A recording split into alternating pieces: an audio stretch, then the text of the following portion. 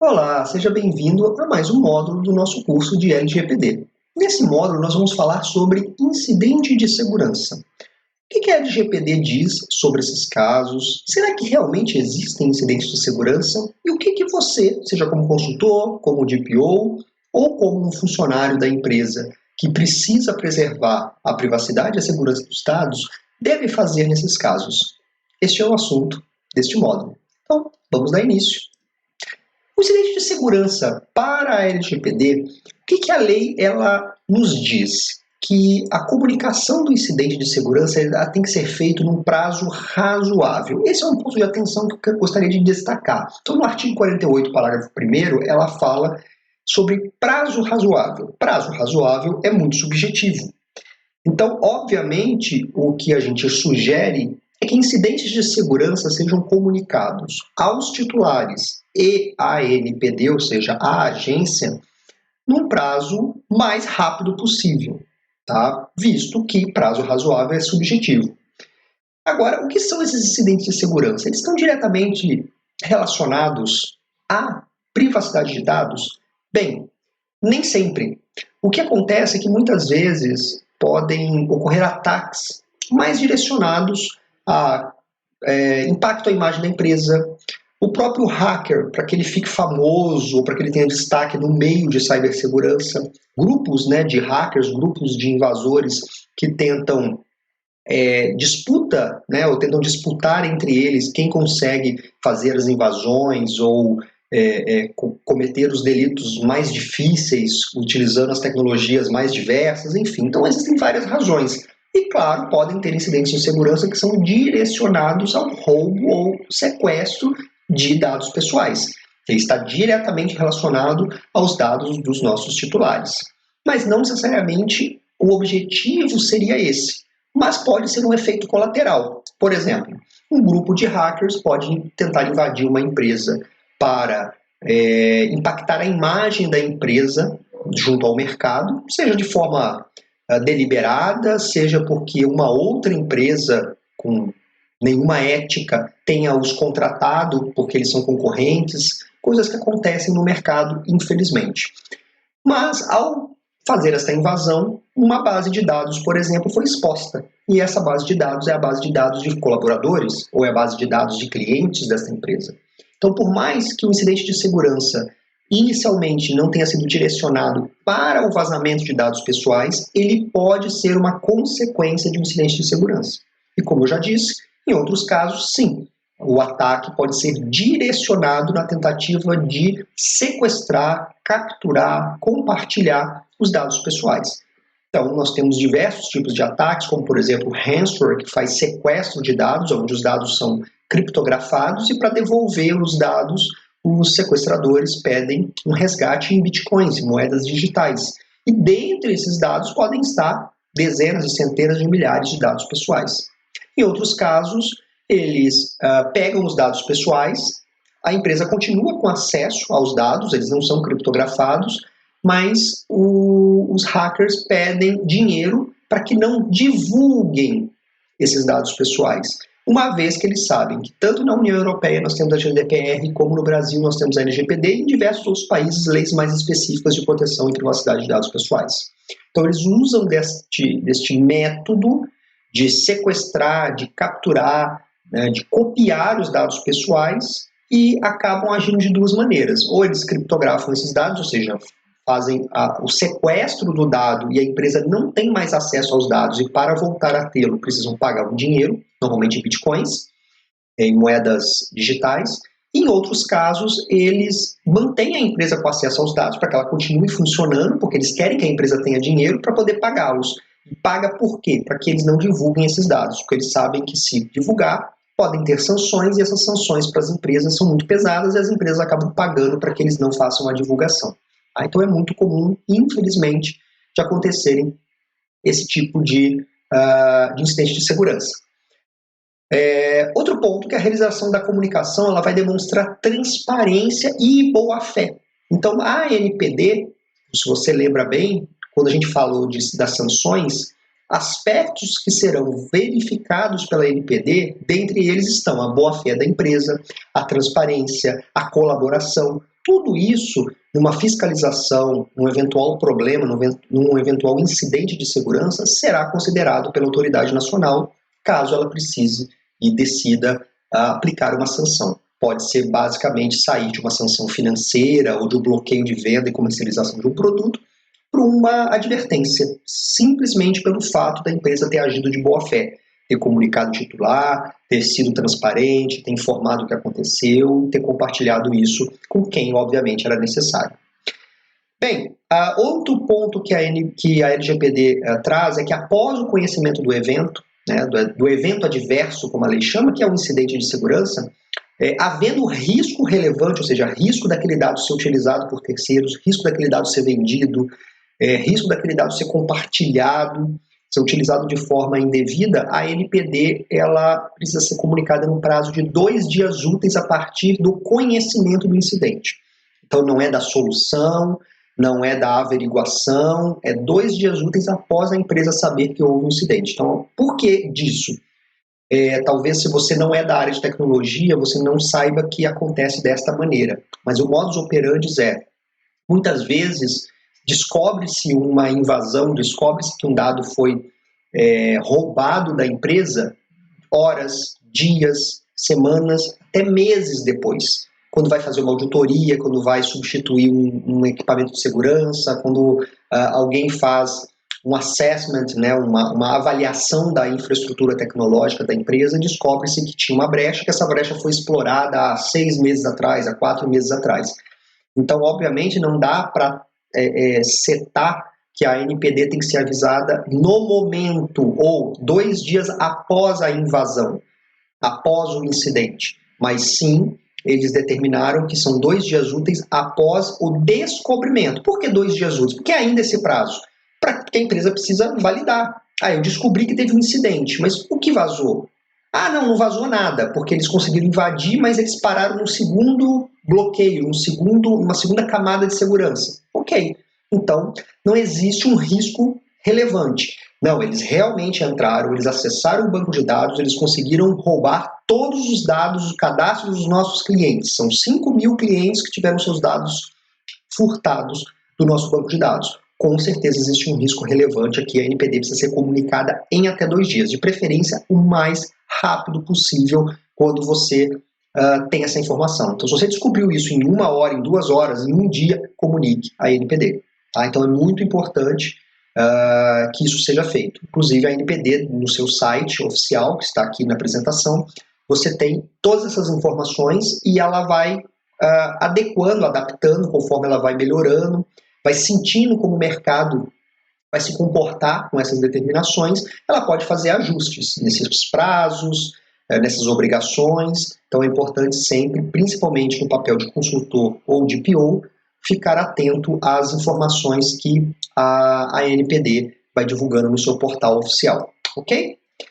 Bem, aqui um fluxo básico, né? Só um exemplo, claro, de gestão de incidente, né? Onde na gestão de incidente você identifica e registra, né, aquele incidente, você classifica e categoriza o incidente, você prioriza, é um incidente crítico, é um incidente de baixo impacto, médio impacto, né? Se for um incidente crítico, você pode ter um procedimento específico desse incidente crítico, você investiga, aplica a solução e encerra esse incidente de segurança. Isso aqui é um fluxo padrão, onde você vai encontrar nas boas práticas que nós temos aí no mercado, como ITIL, MOF, HDI, NIST, etc. Mas o que é importante? Por que eu trago este exemplo de um fluxo? Porque é importante que você pegue o fluxo de gestão de incidente que, porventura, você já tenha dentro da sua empresa, dentro do seu Service Desk, por exemplo, onde você faz a gestão dos incidentes do dia a dia, né? Do Help Desk, do Service Desk, do Field Service da sua empresa, eu com problema no meu teclado, usuário com problema acessar um sistema, reset de senha, liberação de pasta na rede.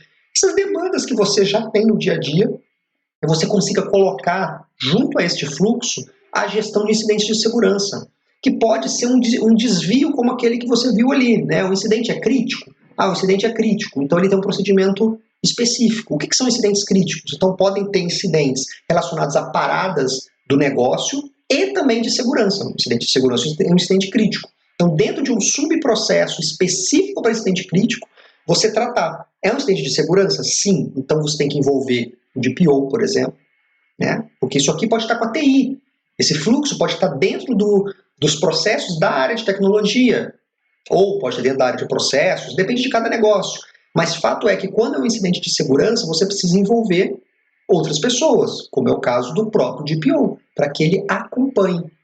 No caso de ter identificado que houve vazamento de dados pessoais, o DPO tem que comunicar em até 2 dias úteis, como nós vimos, a ANPD. É o DPO, né, o encarregado de proteção de dados, que faz essa ponte. É ele que vai acionar que a ANPD, por exemplo, através do formulário online no site da ANPD, e vai indicar que houve um vazamento, o tamanho do impacto, o que já foi feito, o que não foi feito, e etc., né, prazo para solução, se tem, se não tem. E aí, claro, a ANPD vai tomar as suas ações, seja de só acompanhar, seja de só ter o registro, seja de auditar, de validar, de acionar o DPO para pegar mais informações, tá? Mas é muito importante que você, como um consultor, você instigue o teu cliente a taxar no processo de gestão de incidente da empresa, seja de incidentes de tecnologia ou de incidentes de forma geral, um processo, um subprocesso para incidentes de segurança, porque eles precisam ser tratados de forma diferente, no que tange imediatismo. Incidentes de segurança não podem entrar no fluxo convencional, principalmente quando envolvem dados pessoais, até porque agora tem uma lei que rege isso. Eles precisam entrar no nível de prioridade altíssimo e, adicionalmente, como eu já falei, tem que ter o encarregado de PO envolvido para que ele possa assessorar toda a questão de riscos relacionados a dados pessoais e, se porventura identificar que houve sim um vazamento e há risco relevante, acionar a Autoridade Nacional de Privacidade de Dados, a ANPD. Bem, Fabrício, acontece mesmo? Isso aqui é paranoia da autoridade, é preciosismo, mas será que tem mesmo muitos vazamentos de dados? Bem, se a gente procurar na mídia especializada, vocês vão ver dezenas e centenas de milhares de casos de vazamento de dados pessoais. Isso acontece todos os dias, tá? O dia todo, tentativas de invasão e, como eu já mencionei, muitas vezes para roubar dados pessoais e muitas vezes os dados pessoais acabam sendo roubados, vazados ou impactados como um efeito colateral. Tá? E, infelizmente, esses são apenas alguns exemplos de uma mínima parcela que, além de ter sido divulgado, foram descobertos, porque nós precisamos também ter ciência de que muitos casos não são nem descobertos. Eles simplesmente acontecem, a empresa não fica sabendo, os dados pessoais são vendidos no que nós chamamos de Deep Web, por exemplo, que é o submundo da internet, onde coisas ilegais são comercializadas, então esses dados são comercializados lá. Se você acessar a Deep Web, canais desse submundo onde tem vendas de dados, você vê muitos produtos sendo vendidos como 500 mil endereços, 600 mil CPFs válidos, não sei quantos mil dados de cidadãos, de brasileiros acima de tantos anos, enfim, dados de todos os tipos que foram de alguma forma coletados de empresas privadas e empresas públicas. Também é um outro ponto que nós precisamos destacar. Isso não acontece apenas em empresas privadas, muito pelo contrário. Nós tivemos ao longo dos últimos anos um aumento considerável no vazamento de dados pessoais de órgãos públicos. Por quê? Por que o foco nisso? Porque os órgãos públicos têm praticamente todos os nossos dados pessoais, né? Os nossos documentos, nosso endereço, dados de saúde, todo tipo de informação sobre a pessoa, sobre o cidadão, o órgão público tem. Então, claro que eles são alvos. E, adicionalmente a isso, existe uma lentidão natural na evolução tecnológica, por uma série de fatores, né? Seja porque os processos são mais engessados, né? Demanda seguir uma série de ritos para conseguir fazer a aquisição de novas tecnologias, de itens de segurança. Então, claro que eu não estou afirmando, não estou dizendo que os órgãos públicos estão totalmente expostos, mas existe sim é mais vagaroso você evoluir tecnologicamente um órgão público do que uma empresa privada. A empresa privada, se ela sofreu uma tentativa de ataque ou descobriu uma vulnerabilidade hoje, ela pode hoje ainda bater o martelo na compra de uma solução, ou a contratação de uma auditoria, a contratação de uma empresa para vir e resolver o problema. Enquanto o órgão público, isso demanda licitação, demanda avaliação, é mais burocrático e, consequentemente, mais demorado. Então, quando a gente tem uma brecha, uma vulnerabilidade num ativo de tecnologia, por exemplo, num servidor ou numa aplicação do fabricante X qualquer, você tem muito mais demora no órgão público para a solução do problema do que numa empresa privada. A empresa privada consegue rapidamente fazer todo claro, desde que ela tenha os seus processos bem definidos de segurança, mas ela consegue, pelo menos no que tange processos e gestão financeira, fazer isso com uma velocidade muito maior. Tá? Então, por isso que se você buscar na mídia especializada, você vai ver muita incidência de tentativas e grande parte com sucesso de invasão e, consequentemente, captura de dados pessoais de órgãos públicos.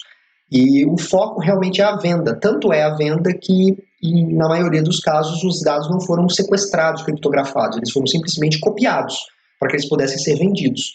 Mas o órgão público continuou com acesso. Mas, mesmo assim, em alguns casos, eles derrubaram o serviço, disponibilizaram o serviço, mas o foco ali era capturar os dados para que eles pudessem ser vendidos no submundo da internet para diversas empresas sem ética, sem índole, que compram esses dados para tentar fazer negócios. Infelizmente, se tem gente roubando é porque tem gente comprando. E em muitos casos, tanto de empresas públicas quanto privadas, o foco foi simplesmente derrubar o serviço, deixar indisponível, são atos de terrorismo digital. Existem alguns especialistas que dizem, inclusive, que a Terceira Guerra Mundial ela já existe há algum tempo, só que ela é digital. São países, são grupos com ideologias tentando derrubar serviços, invadir empresas, porque uma empresa é de um país A ou do país B, enfim, tudo isso, toda essa questão ideológica que a gente vê na mídia, isso também, obviamente, acontece na internet. Tá? Então é muito importante que você olhe para a sua empresa, olhe o papel dela na sociedade, olhe o quanto ela está exposta, o quanto o nome dela está exposta, e se você é consultor ou DPO, a mesma coisa. O seu cliente está exposto de que maneira? Ele é uma empresa que atende órgãos públicos, ele é uma grande empresa, uma multinacional, ela está num país que é um país que constantemente tenta se derrubar serviços ou tem parte do mundo que vai contra aquela ideologia, então há uma exposição maior, o risco é maior de tentativas de queimar a imagem da empresa, de denegrir a imagem daquela empresa perante o mundo. Tudo isso são fatores. Olha que interessante. Não sei se você já tinha pensado por esse aspecto, mas tudo isso o DPO precisa pensar. Tudo isso o consultor de LGPD precisa pensar quando ele vai atender um cliente. Ele tem que ver a exposição. Não que clientes pequenos, regionais, mais bairristas não estejam em risco. Estão sim, porque tem muitas coisas que são feitas por robôs, e o robô ele vai tentar acessar o que tiver na frente. Ele não vai avaliar se a empresa é uma multinacional, se fatura muito, se fatura pouco. Mas aquelas tentativas mais direcionadas, com certeza, tem todo um viés ideológico e político por trás. Então, até nesse aspecto, um DPO ou um consultor precisa estar ligado. Bacana? Espero que você tenha gostado de mais esse módulo e eu te aguardo, então, no nosso próximo. Até lá!